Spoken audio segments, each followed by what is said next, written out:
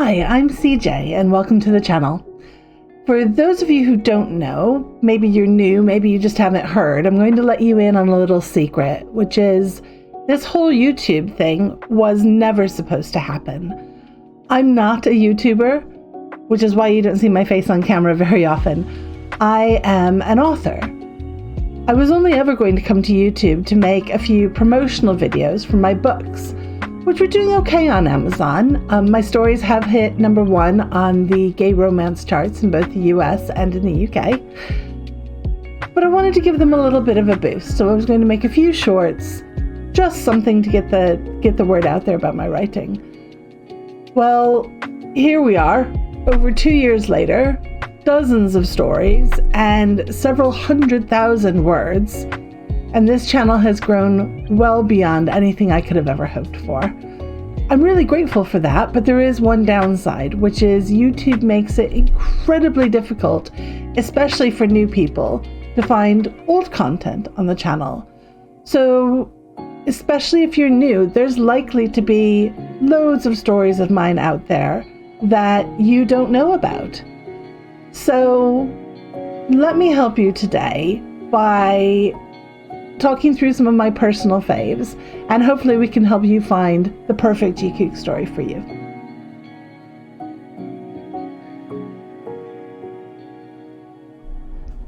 My favorite canon story. Well, for those of you who don't know, a canon story is a story where the characters are the BTS members as they are in real life.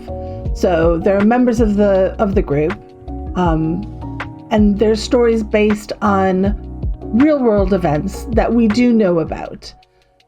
The opposite of that is an AU, which stands for Alt Universe. So these are your coffee shop stories or stories where they're princes or students or gangsters or whatever, taking the personas of the members and putting them into a completely different world. Teach Me by far is my most popular canon story. I think it's got 23,000 views now. And imagine about what might have been the situation where Jimin and Jungkook first confessed their feelings for each other. But it's not my personal favorite. I think my personal favorite is probably Manila. The fight or tension that happened between Jimin and Jungkook in Manila is legendary in the fandom, even among those who aren't JiKookers. I do a lot of research when I write my stories, the canon stories, and Manila took ages to write, and it's why it ended up being 5 episodes long. I wanted to know not just what happened on stage that we saw, but what was happening in the group at that time, what was happening in the fandom at that time. So I wanted to know all the factors that contributed to what might have happened, those words that might have been said on the stage in Manila. I get a lot of compliments on my canon stories. People saying it's like being a fly on the wall when these events are unfolding. And I'm really proud of that because it shows that I do put a lot of effort and a lot of research in before I write. These stories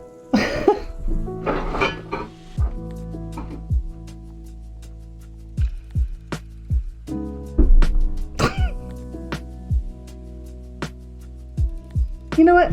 I'm not going to edit that out. We'll leave that in. So these stories are fiction, of course, and it's important to remember that. I am just writing an imaginary version of what may have happened, but I do want it to be as accurate as possible, and I think that's why people enjoy these stories so much.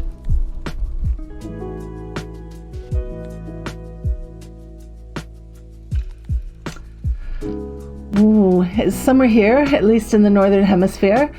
So the best story for reading on the beach.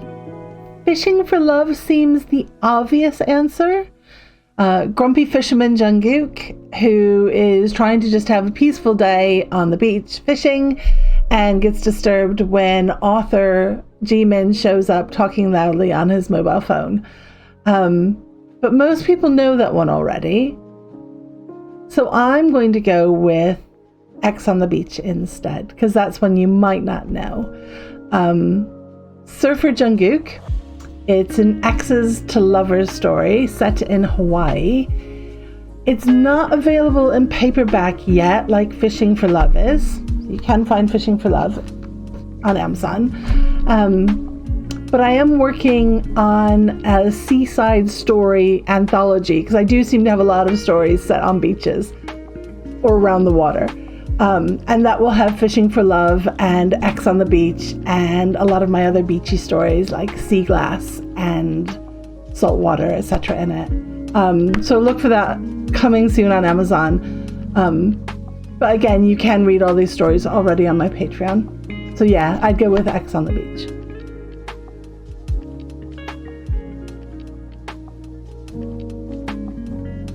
What story to read when you need a good cry? Oh, goodness. Yeah, I think a good cry is very cathartic sometimes, isn't it? And it is nice to read something that's really going to bring out the emotion. There's only one answer for this, really, and that's Saltwater. Saltwater is a canon story set many years later after Bon Voyage 3, when Jimin and Jungkook go to Malta again. It's set in the years when BTS is really kind of winding down. The idea came to me and wouldn't let go until I wrote it. There are two versions of this story. The one on YouTube has a happy ending, which I wrote much later,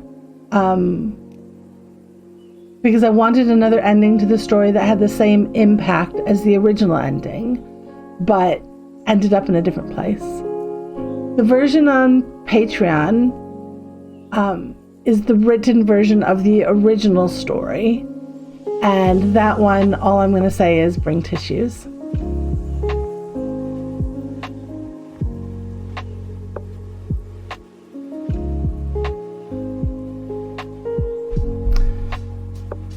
So what's the best collab I've ever done? I don't do a lot of collaborations. I'm really happy to support other writers, and we had the film festival here where I did videos for other fandom writers who I think are incredibly good and deserve more attention. But by far, my favorite collabs have been the ones that I've done with Addison Eden. We did a Halloween story called The Loneliest Vampire, which was Vampire Jungkook and Witch Jimin, set at Halloween. Neighbors and rivals for best Halloween decorations and handouts for trick or treat, etc. It's a funny story, quite spicy at the end, but also just a lot of fun. And then there's that one's on my channel, and then there's one we've done more recently called Toast, which is on Addison's channel. And this is about Jimin and Jungkook going shopping for a replacement toaster. You will never look at the electronics department the same way again. Addison has a wicked sense of humor and writes far spicier stuff than I do. So if you're a fan of quite spicy JiKook stories, definitely check out Addison Eden. Their channel is still quite small, so I know they'd appreciate the subscribers. But yeah, I love writing with Addison. It's always a lot of fun.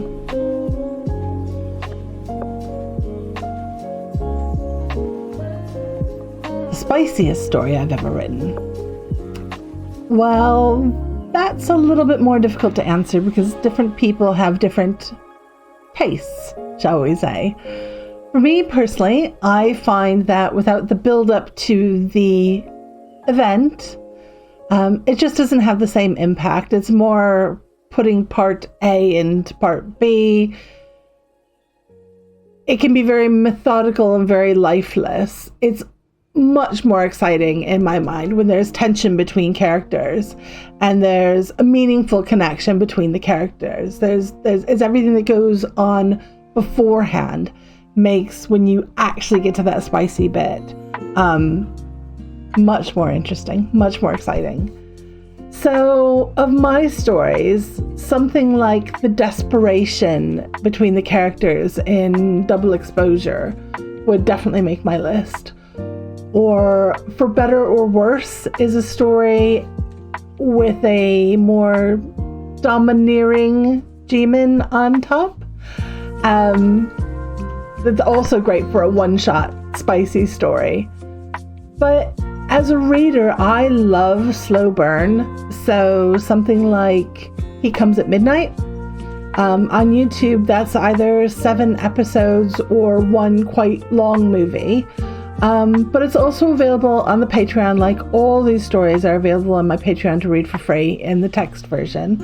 And the fan version of that one, you can tell it's the fan version because it has the little circle, little badge on it, are available on my Amazon as well.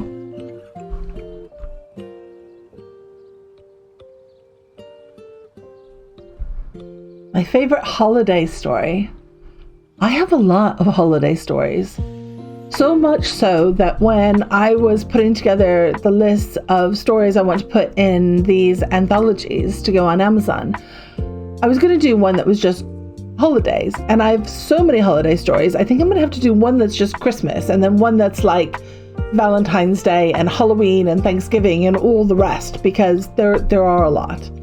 But I love Christmas fluff. Absolutely love it. It's not often I open commissions anymore, but I always do at Christmas.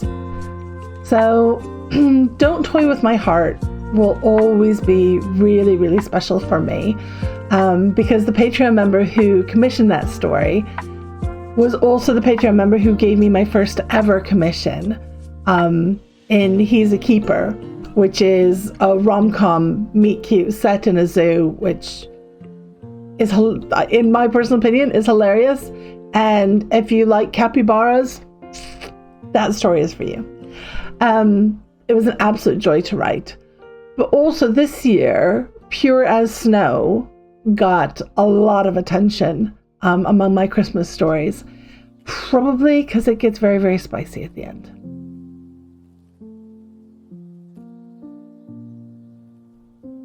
If I could recommend just one story to a new reader, what would it be? I have a lot of stories. I think there's 60 odd now. So choosing one is like trying to choose a favorite child. I love them all, and they're all very different from each other. So it very much depends on what you're in the mood for. But if I was to serve up one to just someone who's never read my work before, but I want them to understand or get a real taste of what my writing is like, Now and Forever, which is about Jimin and Jungkook eloping, has a really soft, dreamy feel to it. Most of it is set in a hammock in the middle of a forest. It's just really, really soothing. Really lovely story. But Louder Than Words, when we're talking about canon stories again, based on real world events, Louder Than Words is a great behind the scenes imagine about the events that took place at Rose Bowl. That moment, and then for those who enjoy a bit of spice, it does get very intimate at the end. If I was going to recommend a multi-chaptered story, though, one of the longer ones, Fishing for Love is a great place to start. But also Savannah Song will always have a special place in my heart because of I enjoyed the time that I've spent in Kenya so much. And when I got compliments on that from people who actually live in Kenya, as opposed to me just having been a visitor a few times, that meant so much to me. I do read all your comments. I'm not very good at responding to all of them sometimes because there's a lot of them, but I do read all your comments. And yeah, so for people from Kenya actually responding to that and saying that they were happy with how I presented that story meant a lot. So those are my favorites, but I always love hearing what yours are too. I do read all the comments. I'm not very good at responding sometimes, but I do read them. So please let me know which stories of mine that you love, which ones mean the most to you, which ones you'd like to see continued if you want extra chapters. If you haven't already, please come join us on the Patreon. It's free to join. You'll find the written versions of all my stories there for when you want to read rather than watch. If you feel my stories are worth the support, membership perks start from just $1 a month. This is my full-time job. I write only for you guys. I create only for you guys now. So, even $1 a month really does help. And you get membership perks like access to the community chat, and you can direct message me rather than leaving comments. So I am really grateful for every extra bit of support. Please, if you're watching and you have not subscribed to the channel, click the button. I can see that only about 50% of the views I get are from people who are actually subscribed. Please click the button. It does help the channel out a lot in the great mystery that is the YouTube algorithm. Thank you for watching. It is a hard world at the moment. My channel will always be a place where you can come and have some softness in your day, and I want it to be a little magic shop for us to be able to escape from all the nasty stuff going on. Be kind to each other. Spread a bit of sunshine today. Spread a bit of love. Hate will never win. Love and more love. Thank you so much for watching. I love you. Sarange.